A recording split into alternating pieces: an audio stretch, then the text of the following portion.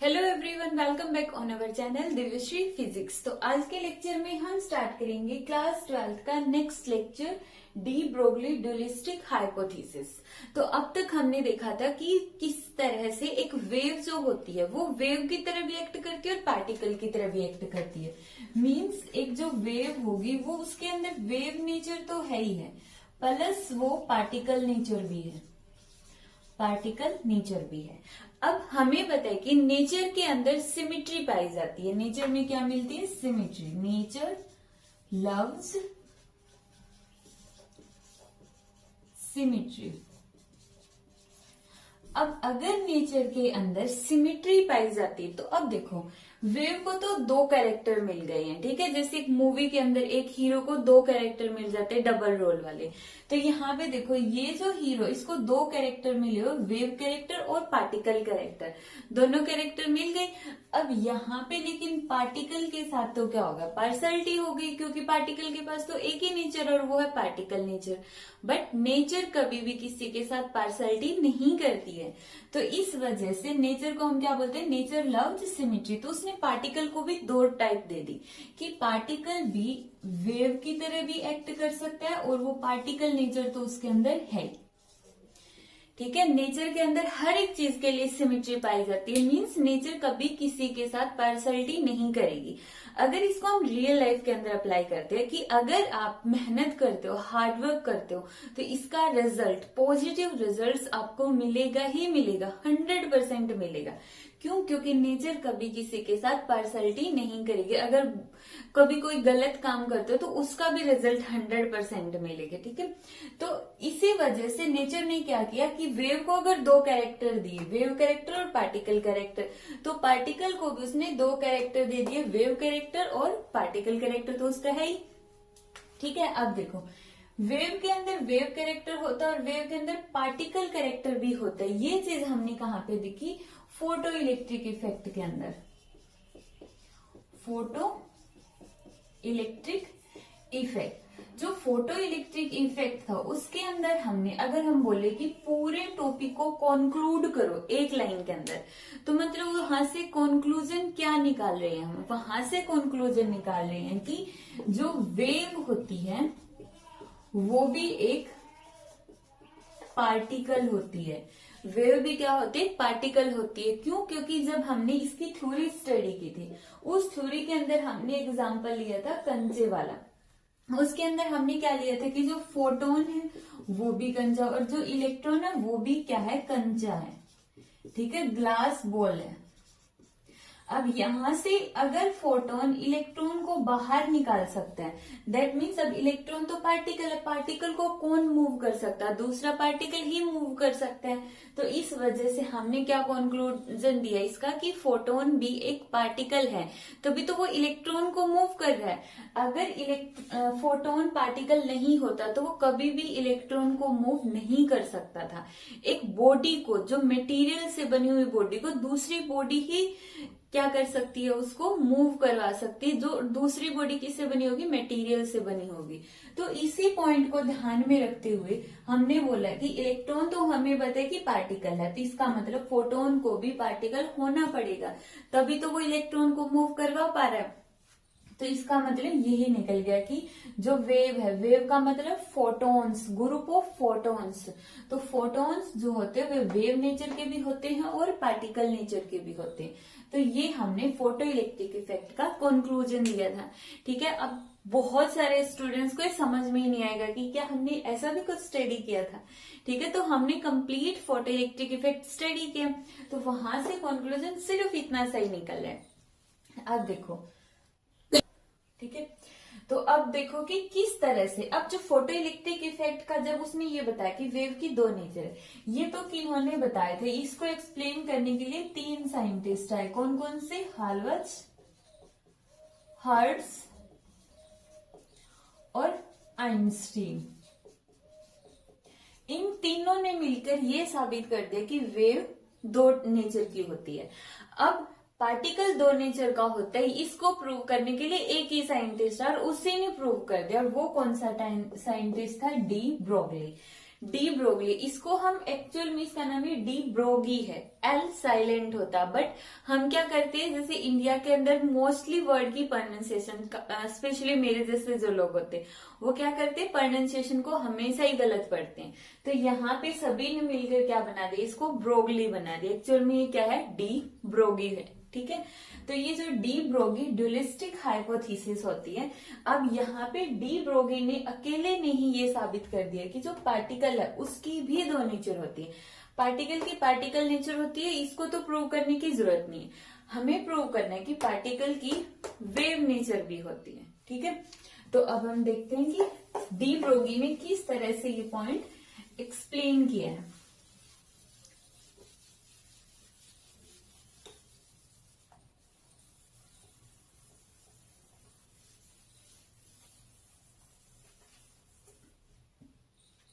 तो इसने कहा कि a moving particle behave like a wave called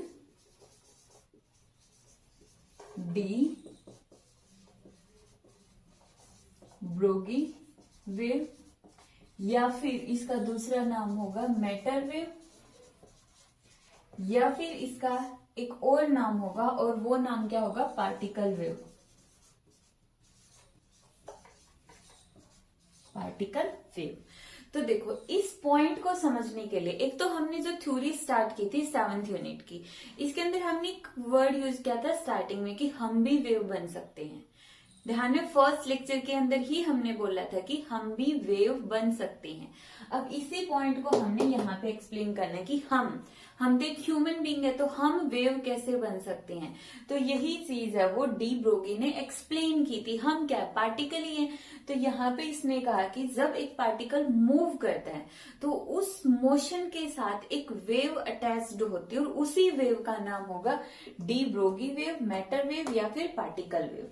ठीक है, अब हमें कैसे पता चलेगा कि ये बात सही है या नहीं है। देखो ट्रेन जा रही है प्लेटफॉर्म के ऊपर, यहाँ पे नहीं प्लेटफॉर्म के ऊपर ट्रेन जा रही है। अब प्लेटफॉर्म से थोड़ा सा पीछे हटके, क्योंकि बीच गैप अच्छा खासा होना चाहिए, वरना तो क्या होगा एयर का जो प्रेशर होगा वो कम ज्यादा होगा और हम डायरेक्ट ट्रेन के साथ टक्करा जाएंगे और क्या होगा ऊपर। ठीक है, तो यहाँ पे ध्यान रखना है कि हमें सुटेबल डिस्टेंस मेंटेन करें प्लेटफॉर्म से, और जैसे ही ट्रेन आने वाली होगी हम आंख बंद करके जस्ट फील करेंगे कि ट्रेन जा रही है नहीं जा रही है। तो जैसे ही हमारे पास से ट्रेन जाएगी, हमने आंखें बंद की हुई है, तब भी हम फील कर सकते हैं कि यहाँ से कोई ट्रेन गई है। ठीक है, या फिर कोई बंदा है जो भाग रहा है, हमारे साइड से कोई पर्सन है वो भागता हुआ जा रहा है और हमने आंखें बंद की हुई, तब भी हम उसको फील कर सकते हैं, आंखें खोलने के बाद भी फील कर सकते हैं। ये जस्ट एग्जाम्पल के तौर पे हम बोल रहे हैं कि अगर कोई हमारे पास से एकदम से भाग रहा है तो उसको हम फील कर सकते हैं कि कोई तो गया है यहाँ से। कैसे फील किया है हमने, कहाँ से फील किया, उसके साथ जो एक वेव अटैच्ड होती है। कोई भी पार्टिकल का मतलब वो कुछ भी हो सकता है, उसमें हम भी आ सकते हैं, कोई व्हीकल भी आ सकते हैं। तो कोई भी पार्टिकल जब मूव कर रहा होगा तो उस पार्टिकल के साथ एक वेव जुड़ी होगी और उसी वेव को हम क्या बोलेंगे, डी ब्रोगी वेव बोलेंगे। डी ब्रोगी वेव का दूसरा नाम क्या होगा, मैटर वेव या फिर पार्टिकल वेव। ठीक है, तो इसको हम क्या बोलते हैं, डी ब्रोगी।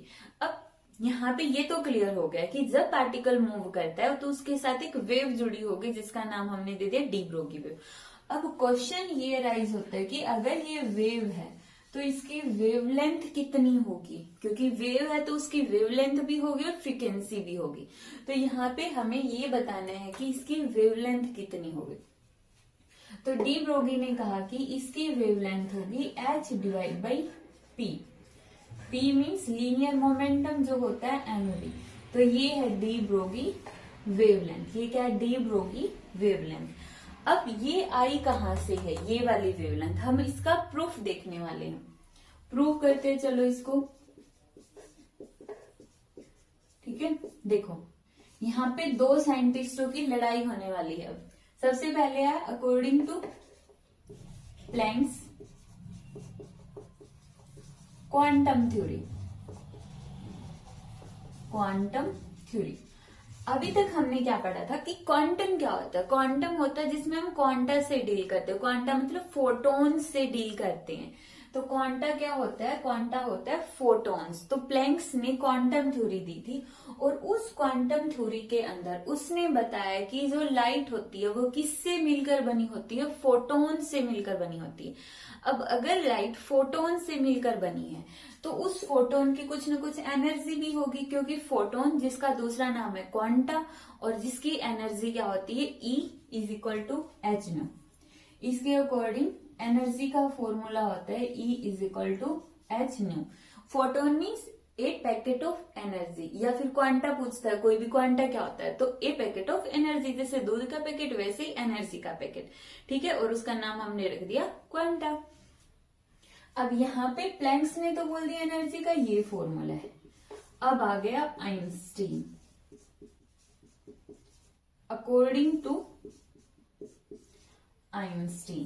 आइंस्टीन के अकॉर्डिंग एनर्जी का फॉर्मूला बहुत ही फेमस है, E is equal to mc square. अब यहाँ पे जो ये फॉर्मूला है ना, ये बहुत फेमस फॉर्मूला है और ऐसा सुनने में आता है कि इसने ये जो फॉर्मूला है, जो आइंस्टीन है, इन्होंने ये फॉर्मूला अपनी पूरी लाइफ में सिर्फ 3 बार लिखा था।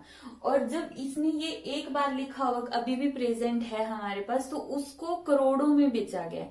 ये यूट्यूब वगैरह पे कभी पढ़ी थी मैंने, तो उसके अंदर लिखा गया था कि इसने सिर्फ 3 ही बार ये फॉर्मूला लिखा था अलग से। और इस फॉर्मूले को जब उसने लिखा था तो वो जहां पर भी ये फॉर्मूला लिखा गया था उस पेज को करोड़ों में बेचा गया है, ठीक है। तो ये देखो, और हमारे लिखे हुए की कोई वैल्यू नहीं होती है, तो आइंस्टीन के लिखे हुए की वैल्यू क्या? करोड़ों में है इसकी, ठीक है। तो यहाँ पे देखो, प्लैंक्स भी बहुत बड़ा साइंटिस्ट था, आइंस्टीन भी बहुत बड़ा साइंटिस्ट था। प्लैंक्स तो बोल रहा है एनर्जी का फॉर्मूला होता है एच न्यू। आइंस्टीन ने बोला नहीं, एनर्जी का फॉर्मूला होता है mc स्क्वायर। अब दोनों ही बड़े साइंटिस्ट है, दोनों की ही बात सच है। जब हम देखते हैं कि कैलकुलेट करते हैं तो यहाँ से जो आंसर आता है और यहाँ से जो आंसर आता है वो सेम होता है। तो यहाँ पे हमको क्या बोलेंगे? कंपेयरिंग 1 और 2, क्योंकि दोनों ही फोटोन की एनर्जी है, तो इसका मतलब दोनों ही इक्वल होंगी, तभी है। बस हमने प्रेजेंटेशन इनको अलग अलग दिए। जैसे हमने क्या बनाना? 6 बनाना, या तो हम इसको क्या करेंगे, 12 बनाना है, या तो हम करेंगे 4 इंटू 3 या 6 इंटू 2 या 12 इंटू 1। तो रिजल्ट तो कितना आ रहा है? 12 ही आ रहा है ना। यहाँ पे क्या है? सिर्फ ये वाली टर्म्स चेंज हो रही है। ये हर एक साइंटिस्ट ने अपने अकॉर्डिंग दे दी। यहाँ पे देखो, अब इसके अलावा भी हमारे पास एनर्जी का फॉर्मूला होता है E is equal to kBT। बस फर्क इतना है, ये बॉडी टेम्परेचर मीन्स टेम्परेचर की वजह से एनर्जी आती है और ये फोटोन्स की एनर्जी है। तो फोटोन की एनर्जी की वैल्यू भी 2 तरह से दी जाती है, एक प्लैंक्स के अकॉर्डिंग एच न्यू और एक आइंस्टीन के अकॉर्डिंग mc स्क्वायर, ठीक है। तो इस वजह से अब हम क्या करेंगे? Comparing both equations. Comparing equation 1 and 2, हमें क्या मिलेगा? कंपेयर करेंगे तो h nu is equal to mc square. तो यहां से m की वैल्यू हमने निकाल ली h nu divide by c square.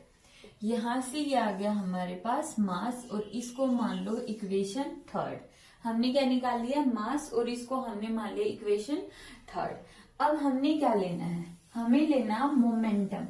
हमने क्या कहा कि कोई भी पार्टिकल है या कुछ भी लगा लो, वो अगर मोशन में है, फोटोन ही हमने लिया क्योंकि हमने एनर्जी फोटोन की ली थी, तो अगर फोटोन मोशन में है तो उसके साथ एक मोमेंटम जुड़ा होगा। तो वो हम देखते हैं कितना होगा। Momentum of a photon is, momentum का फॉर्मूला कितना होता है? Mass into velocity. और मोमेंटम किसका ले रहे हैं? फोटोन का। फोटोन का मास हमने निकाल लिया, कितना होता है? H nu by c square. Photon की वेलोसिटी होती है c, एच सी से c कैंसिल, तो हमारे पास आ गया एच न्यू बाई सी। अब यहाँ पे एक बहुत ही फेमस रिलेशन आता है, वो क्या है, पूरी +1 क्लास की फिजिक्स के अंदर हमने पढ़ा था, न्यू किसके इक्वल होता है, 1/t। सिर्फ यही नहीं होता है, एक और फॉर्मूला भी होता है, वो क्या होता है, nu is equal to c/λ। Frequency is equal to speed divide by wavelength. ठीक है, तो पुट करो, frequency is equal to c/λ, c से c कैंसिल, p की वैल्यू आ गई h/λ। हमें चाहिए थी लैम्डा की वैल्यू, तो यहां से देखो हमारे पास आया p is equal to h/λ, और यहां से लैम्डा किसके इक्वल आ गया, h/p।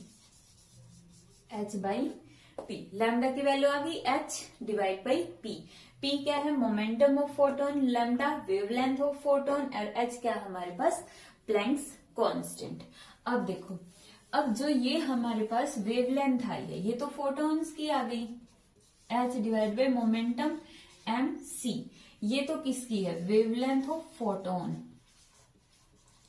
Wavelength of photon. But ये फोटोन कहां से आ गया, हमें तो चाहिए एक पार्टिकल की वेवलेंथ।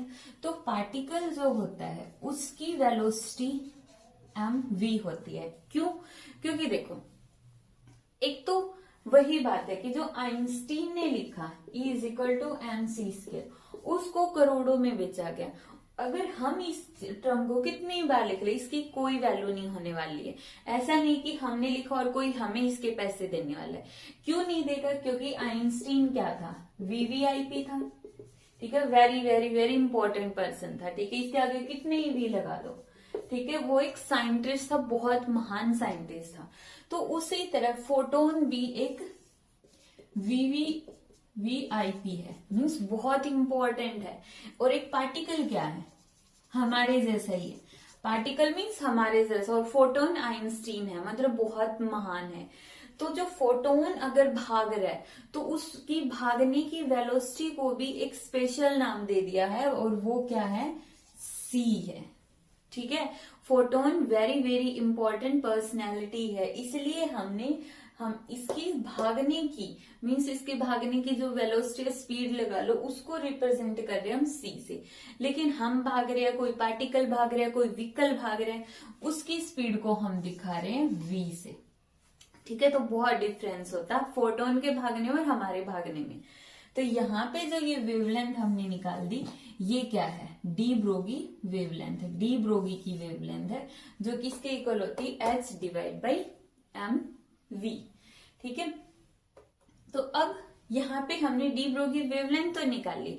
अब हम इस वेवलेंथ का के ऊपर इफेक्ट देखते हैं कि टेम्परेचर के इंक्रीज करने से क्या इफेक्ट होने वाला वेवलेंथ पर, पोटेंशियल के इंक्रीज करने से क्या इफेक्ट पड़ेगा।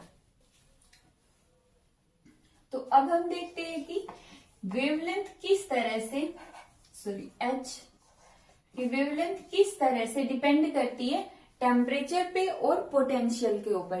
अब यहाँ पे जो P है इसको हम रिप्लेस कर सकते हैं mv। P means momentum, momentum मतलब मास इनटू वेलोसिटी। ठीक है, तो यहाँ पे हमें कैलकुलेट करना। अब इसके लिए हम यूज करेंगे law of equi partition of energy, law of equi partition of energy. अब ये कहां से आ गए, ये तो आधे से ज्यादा स्टूडेंट्स ने तो सुना ही नहीं होगा। ठीक है, law of equi partition of energy क्या होता है, +1 क्लास में थर्मोडायनेमिक्स पढ़ी है, उसके अंदर डिग्री ऑफ फ्रीडम पढ़ा है तो वो भी पढ़ा होगा, उसके अंदर ही आता है। ठीक है, तो याद आया कि इक्वी पार्टीशन ऑफ एनर्जी कहाँ पे आए, 11th की थर्मोडायनेमिक्स के अंदर, जब हम डिग्री ऑफ फ्रीडम का कॉन्सेप्ट पढ़ते हैं तो वहां पे जो इक्वी पार्टीशन ऑफ एनर्जी है उसके अकॉर्डिंग क्या होता है कि ½ mv² is equal to 3/2 kBT। Kinetic energy, यहाँ पे kB क्या है, बोल्ट्जमैन कांस्टेंट, और T क्या है, टेम्परेचर। ठीक है, यहां से ये थर्मोडायनेमिक्स है, इसलिए हम इसको यहाँ पे डायरेक्ट ही यूज करेंगे। 2 से 2 कैंसर, यहाँ पे ये हमारे पास बन गया mv² is equal to 3 kBT। ठीक है, अब हमें तो चाहिए सिर्फ और सिर्फ mv। क्योंकि हमें क्या बताना है, लैम्डा और टी के साथ रिलेशन, लैम्डा और टी का। अब एच तो रिप्लेस कर नहीं सकते क्योंकि एच है कांस्टेंट, तो चेंज क्या होने वाले, ये टर्म चेंज होगी तभी तो यहाँ पे टेम्परेचर आएगा। तो चेंज कर दो, एम वी करना है तो हम दोनों साइड एम से मल्टीप्लाई कर लेते हैं। अगर हम दोनों साइड करते कोई फर्क नहीं पड़ेगा, एम से m cancel, equation as it is रहेगी। तो जब भी कोई चेंज करना हो फिजिक्स के अंदर या मैथ्स के अंदर तो दोनों साइड करना होता है। तो यहां से हम इसको लिख सकते हैं एम स्क्वायर वी स्क्वायर, और यहाँ पे आ गया 3m kb t। M square v square को हम इकट्ठा ये लिख सकते हैं एम वी का स्क्वायर, एम वी के स्क्वायर को हम ये लिख लें m v is equal to square उस साइड जाके हो गया अंडर रूट 3m kbt। अब यहां से जो एम वी की वैल्यू आई है इसको उठा के पुट कर दो, तो लैम्डा इज इक्वल टू आ गया h divide by under root 3m kb